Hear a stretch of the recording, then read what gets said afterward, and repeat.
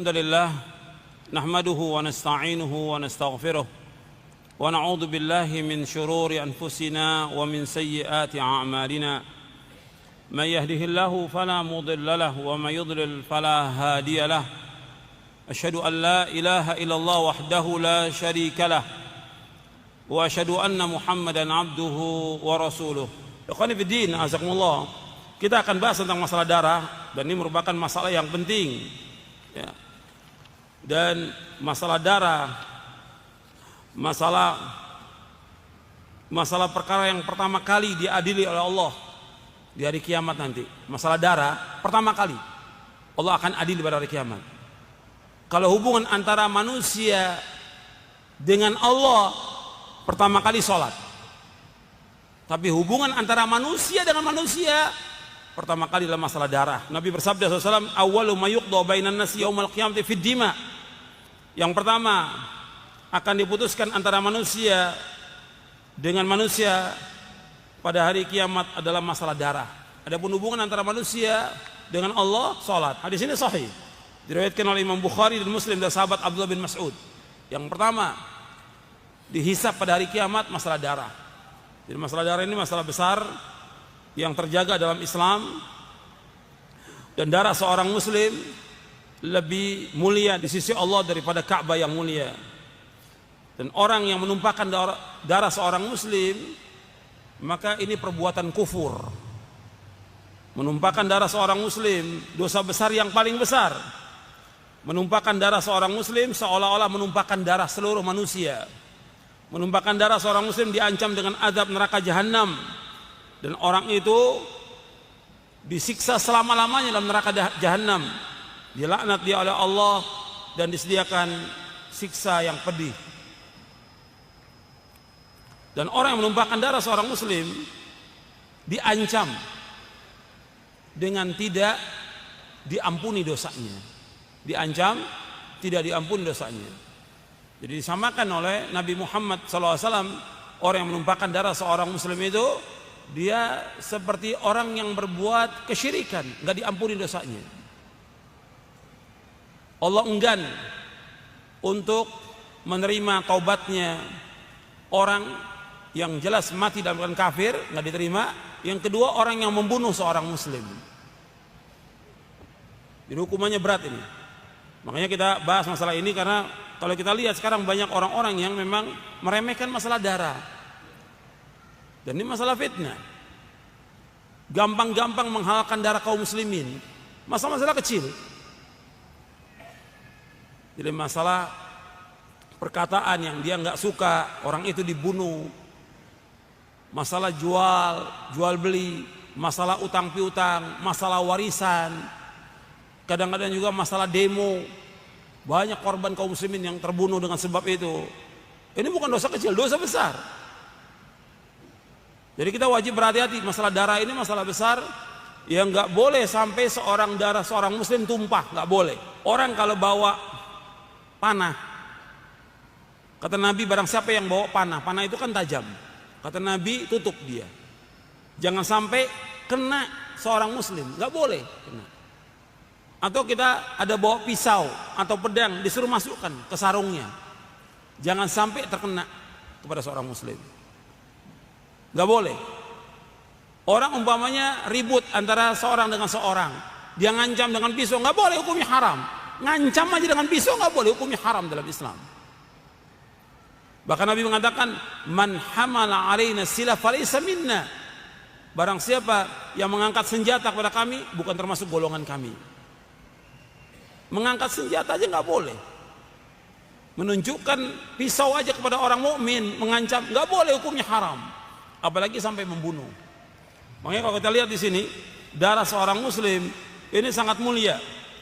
Bahkan Nabi ketika Hajjatul Wada', Nabi bersabda, kita lihat di halaman 15, fa inna dima'akum wa amwalakum wa a'radakum bainakum haramun ka hurmati yaumikum hadha fi syahrikum hadha fi baladikum hadha liyuballighi syahidul ghaib.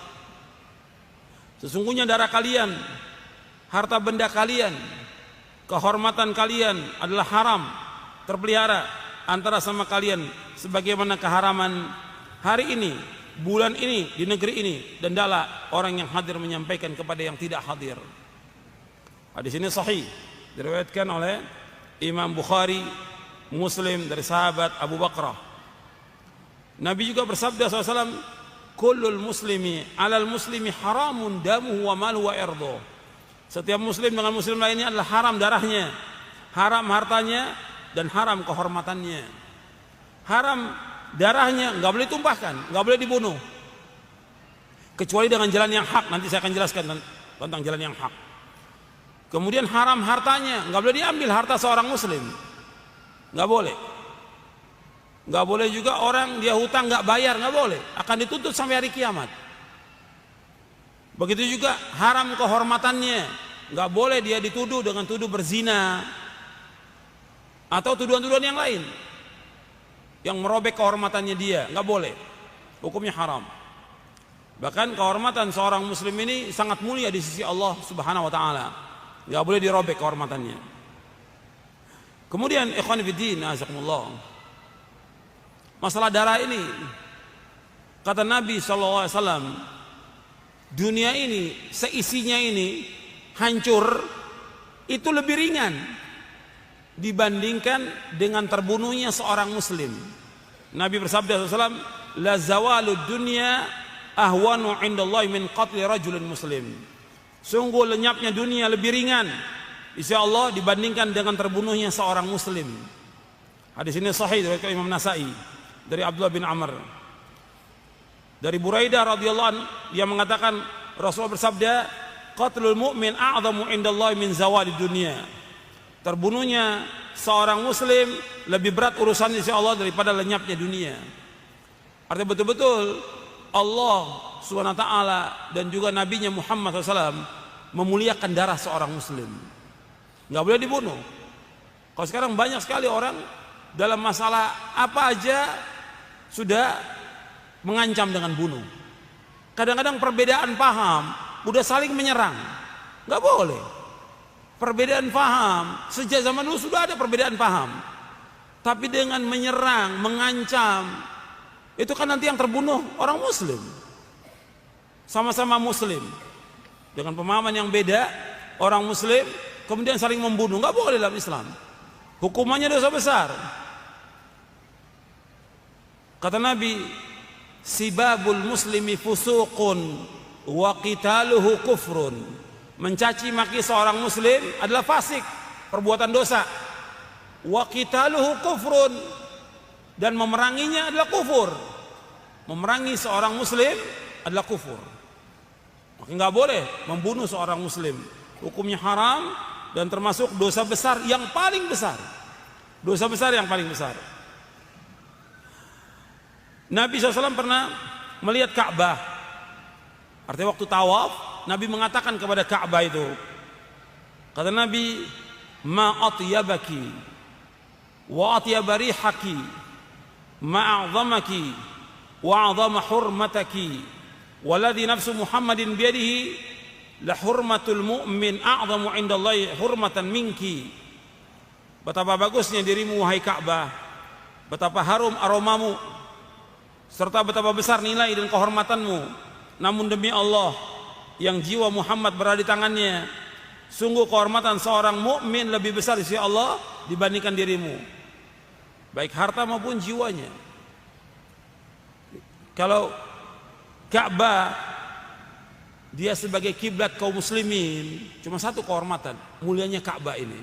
Tapi orang muslim, kata Nabi, tiga kehormatannya: darahnya, kemudian hartanya, jadi darahnya, kemudian hartanya, dan kehormatannya. Tiga. Seperti yang Nabi sebutkan, inna dima'akum wa amwalakum wa a'radakum alaikum haram. Sesungguhnya darah kalian, harta kalian, dan kehormatan kalian haram atas kalian. Tiga. Kalau Ka'bah cuma satu. Makanya lebih mulia kehormatan seorang muslim. Padahal Ka'bah ini kiblatnya kaum muslimin, yang wajib dimuliakan Ka'bah ini. Tapi kehormatan seorang muslim lebih mulia daripada Ka'bah yang mulia. Ini sabda Rasulullah SAW. Ini sabda Rasulullah SAW. Hadis ini hasan diriwayatkan oleh Imam Ibnu Majah dari sahabat Abdullah bin Umar. Kemudian ikhwan fillah, azakumullah, orang mukmin yang tidak melukai mukmin lainnya, yang tidak menumpahkan darah seorang mukmin, dia akan mengalami ketenangan dalam hidupnya, kebahagiaan dalam hidupnya, ketentraman. Beda dengan orang yang pernah menumpahkan darah, melukai orang mukmin atau menumpahkan darah orang mukmin. Itu nggak akan ada ketenangan dalam hidupnya selama-lamanya. Nabi bersabda, untuk melihat, Nabi SAW bersabda di halaman 20 untuk melihat, la yazalul mu'minu fi fushatin min dinihi ma lam yusib daman harama. Di sini disebutkan seorang mukmin berada dalam kelapangan agamanya, luas agamanya, lapang, tenang, bahagia hidupnya, selama dia tidak melukai seorang mukmin dan tidak menumpahkan darah. Tapi ketika dia melukai orang mukmin dan menumpahkan darahnya, maka sempit dadanya dia. Sempit dadanya dia, dan dia tidak akan bahagia hidupnya. Orang yang pernah membunuh seorang muslim, dia tidak akan pernah mengalami kebahagiaan di dunia maupun di akhirat, nggak pernah. Sempit dadanya. Jadi apabila seorang menumpahkan darah seorang muslim yang diharamkan, maka akan sempit hatinya, sempit dirinya, sempit kehidupannya, dan dia senantiasa bayang-bayangi dengan ketakutan. Siapa aja, antum bisa tanyakan kepada siapa aja yang pernah menumpahkan darah seorang muslim. Dia preman, dia jagoan, dia polisi, dia tentara, dia densus, atau apa aja. Ketika dia menumpahkan seorang muslim, nggak akan bahagia hidupnya, tidak akan bahagia. Ini sabda Rasulullah SAW. Tidak akan bahagia dia hidupnya, kecuali kalau dia taubat dengan taubatan nasuha. Itu pun perlu syarat-syaratnya. Berat masalahnya, bukan masalah kecil.